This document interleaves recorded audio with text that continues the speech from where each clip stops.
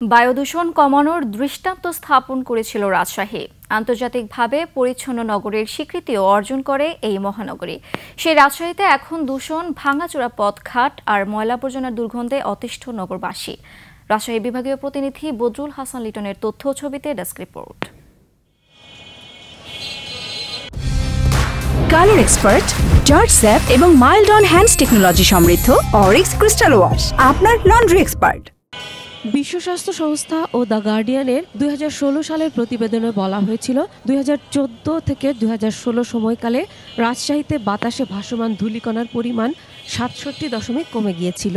2014 সালে বাতাসে ক্ষুদ্র ধূলিকণার মাত্রা ছিল প্রতি ঘনমিটারে 195 মাইক্রোগ্রাম, যা 2016 সালে নেমে আসে 66.9 মাইক্রোগ্রামে। এই অর্জনের কারণে শহরটি বিশ্বের সবচেয়ে দ্রুত দূষণ কমানো নগরী হিসেবে স্বীকৃতি পায়।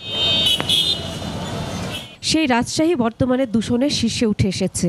নগরবাসী বলছে, অব্যবস্থাপনা আর নির্মাণ কাজের ধুলার কারণে রাজশাহীর বায়ুমান দ্রুত খারাপ হচ্ছে। 20 অক্টোবর বিশ্বের 127টি শহরের মধ্যে বায়ু দূষণের শীর্ষে ছিল রাজশাহী শহর।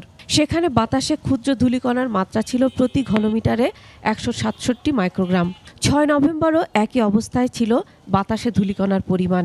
ধুলাবালিতে মানুষের একেবারে নাকাল অবস্থা। কর্তৃপক্ষ কি করছে আমরা বুঝতে পারছি না। এটাতে পানি দেওয়া জরুরি। আমাদের আসলে যে রাজশাহী নগরী আমরা আগে দেখেছি সবুজ নগরী, সেই নগরী আসলে এখন রূপান্তরিত হয়েছে আবর্জনা নগরী। নিজেরাই পানি মারছি, করছি করে চলছি।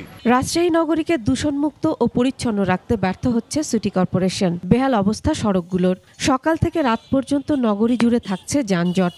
ভাঙাচোরা আছে তো রাস্তাঘাটে তো জ্যামজট বেশি। রাস্তা ঠিক করে না, কিছু করে না। ময়লা আবর্জনার দুর্গন্ধেও অতিষ্ঠ নগরবাসী। নগরী জুড়ে ময়লা আবর্জনার স্তূপ দীর্ঘদিন ধরে জমে রয়েছে।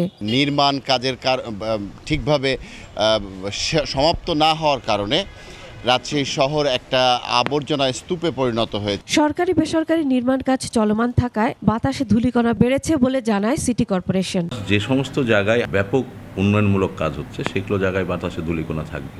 তো এইটা আমরা প্রোটেকশন করার জন্য আমরা চেষ্টা করছি এবং প্রতিনিয়ত রাস্তায় পানি ছিটানোর উদ্যোগ গ্রহণ করা হয়েছে যাতে এটা নিয়ন্ত্রণে থাকে। এখনই কার্যকর পদক্ষেপ না নিলে দূষণ সংকট ভয়াবহ আকার ধারণ করবে বলে মনে করছেন সচেতন মহল। Masuma Lisa, desk report, 21 television.